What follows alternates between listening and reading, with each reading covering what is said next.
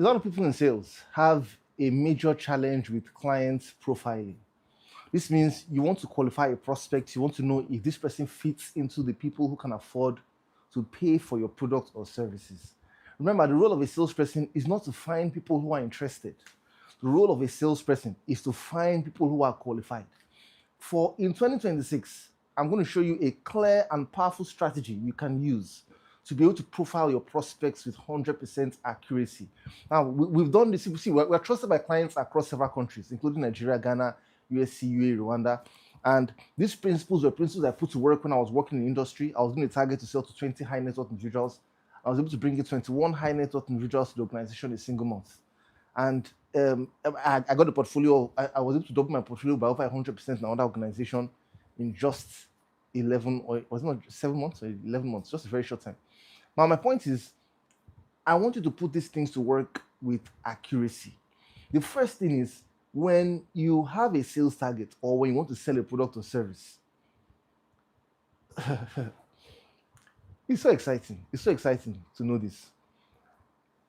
For example, if you sell real estate, the first thing you should ask yourself, am I looking for people who are first-time home buyers, or I'm looking for people who are already buying real estate? Because naturally, anybody who buys real estate will continue to buy real estate. It's hardly people buy real estate using the last money in their accounts, if you know what I mean. If you sell IT solutions, you should ask yourself, am I looking for companies or individuals, as the case may be, who are first-time users of this particular solution? Maybe not your brand, but in this category of solutions. Am I looking for people who is their first time being exposed to it? I'm looking for people who are already using something, but I just want to move them to my side. I remember I used to sell oil and gas services door to door several years ago. Oil and gas solutions, door to door, products to be precise. This means the fuel you buy in the filling station, what you use for your generator. I was selling those things. Now, there was a depot somewhere in Shongotedo in Lagos where I was traveling to so that I could engage with the MD of this particular oil and gas company. Then I would move the products with his team to a particular location. But I had to go and find the people who were ready to buy this particular product or service. Now, in order for me to profile my ideal clients, to know who was set or who was supposed to be doing business with me, I had to ask myself, am I looking for people who this is their first time they're going to be buying diesel or petrol? Am I looking for those people? Or I'm looking for people who are already using it and are already using, or another customer or another prospect or another competitor is already serving them, but I want to take over that business, or I want to be a part of those serving them. You have to decide which of them. Because I've seen cases where people sell solutions and in their mind, when they profile their clients, they say things like, we're looking for first time, for example, there's a real estate company I do some work with, and when we're profiling their ideal clients, they said, we're looking for first time home buyers. That's so strategic. I'm looking for first time home buyers. For a lot of other companies, we're looking for people who were already selling or who were already buying properties, but they wanted to see if they could sell to them, add to their portfolio, or even move them from their current clients or current providers. So when you think this way, of course, my strategy then was to look for people who were already using oil and gas services. You see, selling is a transferable skill. I'm using oil and gas, even if you're not oil and gas. It's a transferable skill because the skills you apply in selling, you can take it and apply it in any other industry and you will still get the same results. The only thing that could probably stop you from getting the same results is if you don't have enough technical knowledge of the product, knowledge of how the industry works. And that's why you see, selling is a profession. The more you sell, the better you become at mastering the skill. Then your only concern will now be, how do I understand this industry? Which will take discipline and consistency. How do I understand the products or service? Which will take discipline and consistency as well. And you'll be able to thrive very successfully. But the major foundation is having the right selling skills, knowing how to sell. So decide, first thing to profile with 100% accuracy, decide, what am I going for? First-time buyers or existing people who you're already doing business with? Now, if you decide to go with people who already buy that product or service, your work is easier. Because to an extent, that has already profiled your ideal clients by 50%. I'm talking about 100% accuracy right now. By 50%, you already know that, oh, it's a 50-50 chance. We are close to profiling this person with 100% accuracy. If I meet you with our consulting solutions, and you tell me, oh, we don't work with consultants at all. We don't do any form of coaching, training, consulting solutions to analyze our business. You don't do anything of such. As the owner of the company, you just do everything yourself. Definitely, I'm not going to be making any attempts. I won't put in so much effort to engage you or do business with you. I've already profiled the person. I've already profiled you because I already know the kind of person who I'm dealing with.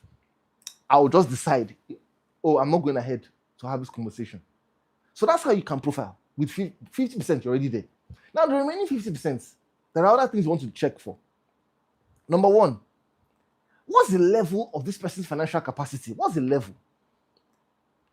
In this case now, there's not a financial capacity issue because see, when you profile, you're looking for three things: financial capacity, urgency, and decision making. The acronym is FOOD, F-U-D. So when your sales team arrives back from their sales meetings today, ask them, have you eaten today? They'll say, oh yes, I ate on my way. So I ate rice at the cafeteria before coming back to the office. Say, no, I'm not talking about food. I'm talking about FUD. Have you profiled your clients today? So that's so profile. Make sure that they use the acronym FUD to check with every prospect if they are the ones they should be doing business with. You can even practice reverse profiling. Check if the prospect is qualified to work with you. That's reverse profiling. You can practice that as well. So first things first, financial capacity. Somebody can have, if you're selling to people who already use that product or service, someone can be using a particular product or service, but he's doing it because there's a special relationship he has with the vendor.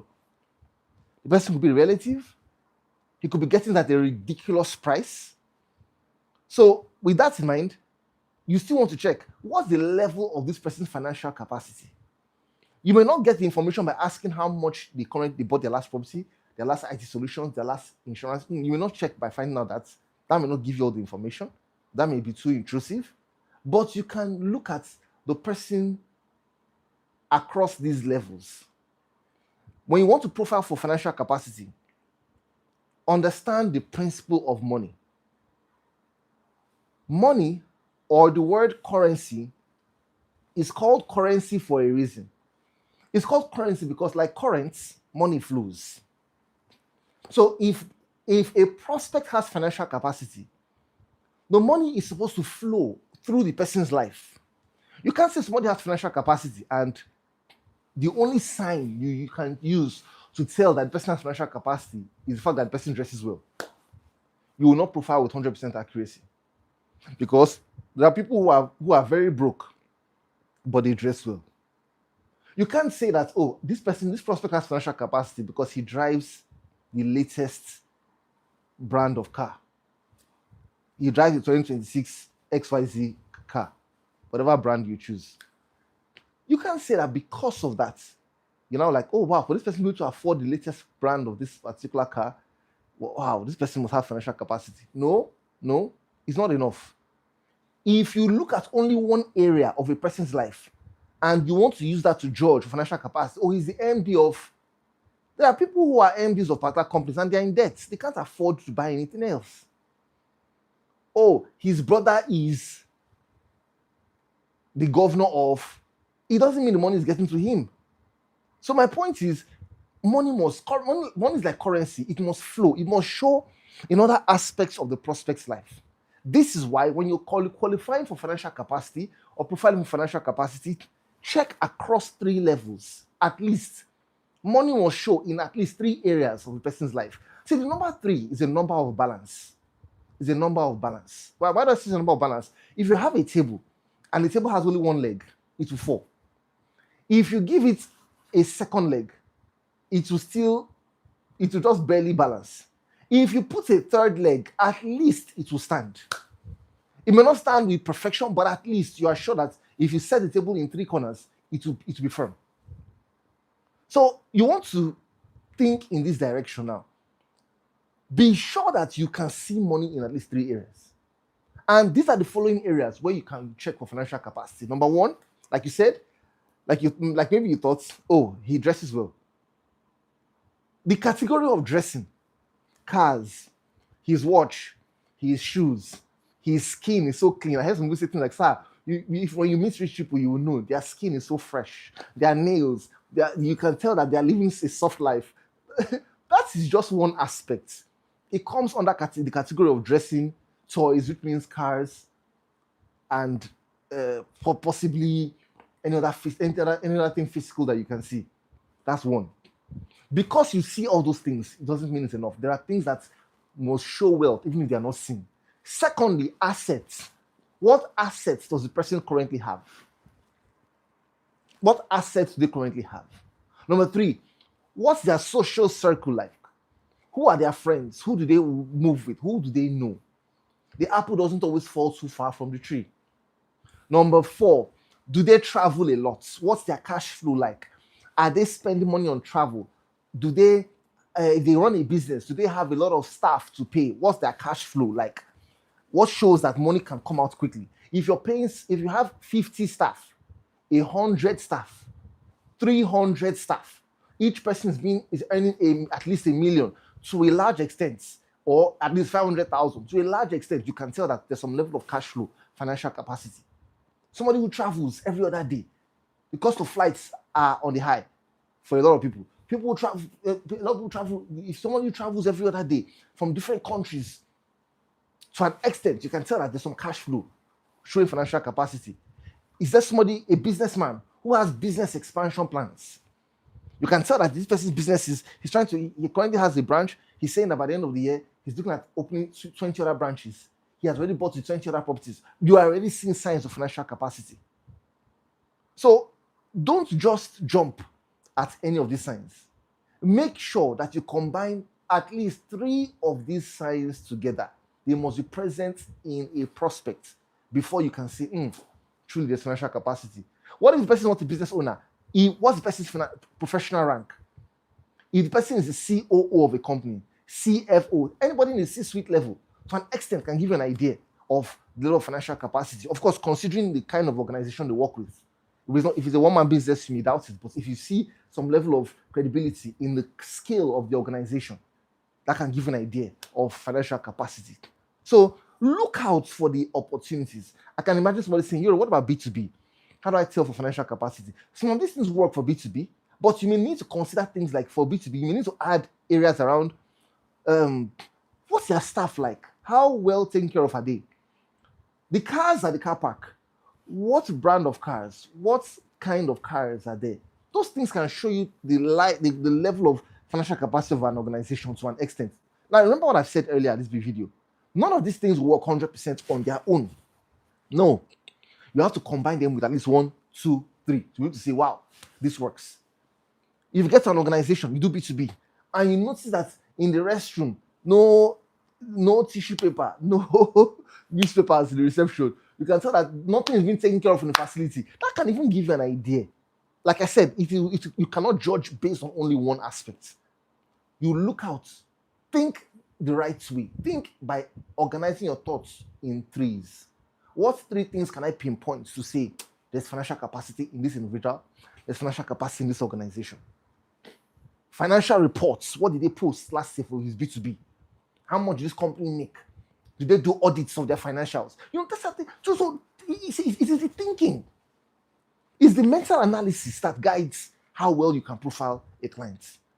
So if you profile a client correctly by using these things, thinking through and checking for financial capacity, you will have better accuracy when it comes to profiling.